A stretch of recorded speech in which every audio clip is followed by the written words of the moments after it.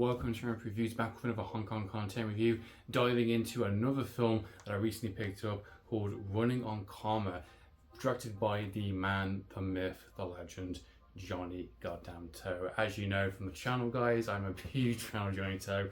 I absolutely love seeing more of his movies when I have the opportunity to, and this one I've heard of many positive things and some strange comments just from the trailer alone. Got me interested, got me piqued, and I figured I'd give this one a shot. So let's check out Running on Karma. 有班差人，有人會死。萬般帶不走，唯有業隨身。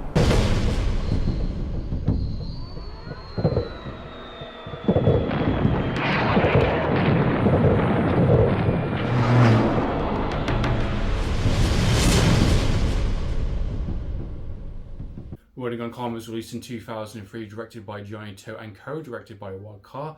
I actually can't quite pronounce his name. I do apologise. Johnnie To has done many kind of collaboration, dual kind of role responsibilities for certain types of movies he's done in his career. He's a very busy man. He's done a lot of movies over the years, and sometimes he likes to share those directing duties with another familiar director. He's done a 2007's Mad Detective, which I absolutely love. Usually when I see a kind of co-directed kind of Johnnie To film, I do get a little bit nervous. I do get a little bit like let's pause for a second there, because it's not 100% Johnnie To. I didn't know what to expect with this film. The trailer, the concept, the ideas behind it seem absolutely bonkers. The title alone and the actual idea of Andy Lau in a fake bodysuit for a good portion of the film, and he is really showing off this bodysuit, this kind of really extraordinary, very obviously fake bodysuit that Andy Lau is doing. It's actually hilarious, and the concept is so bonkers.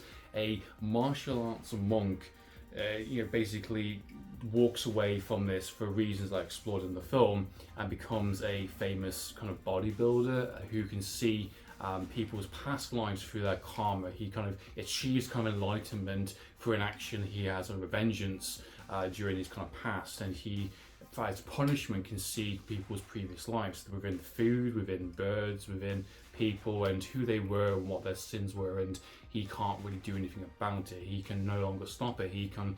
He's basically walked away from the responsibilities of being a monk and chose to live a life of just a small luxury within a bodybuilding series of competitions. He's a stripper as well in the film, and he forms a kind of a connection with this police officer character that's basically a big fan of his.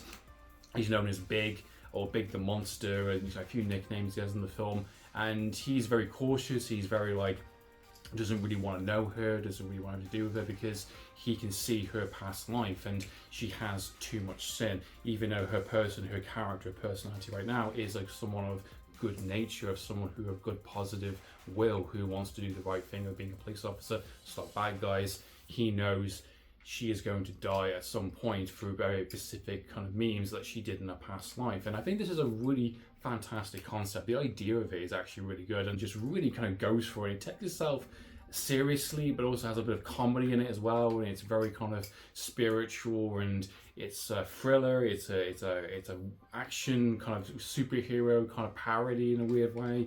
It's a spiritual movie, it's a drama, it's a character study, it's a bit of a mix mash of different kind of ideas. It's so unique and so wild. It shouldn't really work for the most part, and most of it actually works really well. It just kind of loses its track towards the second act of the story. I think the first portion of the film is essentially part one. It's essentially two parts in one movie. Part one is the more traditional kind of thriller with random bits of kind of wacky kind of hijinks and kind of comedy, but not in the sense of like a silly kind of comedy, but just the outlandish nature of Andy Lau in a bodysuit doing backflips and up in the air and doing these crazy kind of stunts and doing things that really defies laws of physics and logic, but yet it comes across really fun, and there's some really fun fight scenes and some really fun kind of action moments. The villain character in the film, which is kind of this Indian killer that's on the run, who can shrink down his body into very small kind of places. The first introduction of this character, he's in a kind of small container and he kind of slits his way out and puts his arms back out. It's very strange. It's a very weird world. It kind of reminds me a little bit of